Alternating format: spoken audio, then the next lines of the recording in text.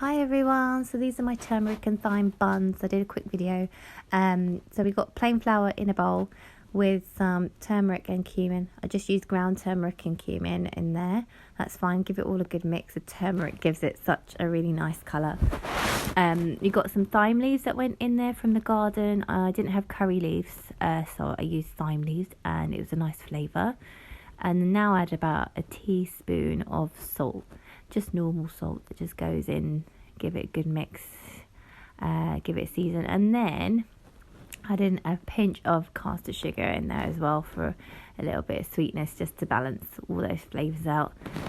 And then next we're going to add in some water. So just used warm water to like mix it all and bring it into a dough slowly. And just give it a good mix. I totally missed out the step what I've added in a yeast. I've added the yeast in. Anyway, so I've added in about 7 grams of fast action yeast as well. So that kind of is in there. It helps it kind of rise. So we mix that well and form it into a dough. And this is a dough. I kneaded it for about 10 minutes till it was super soft.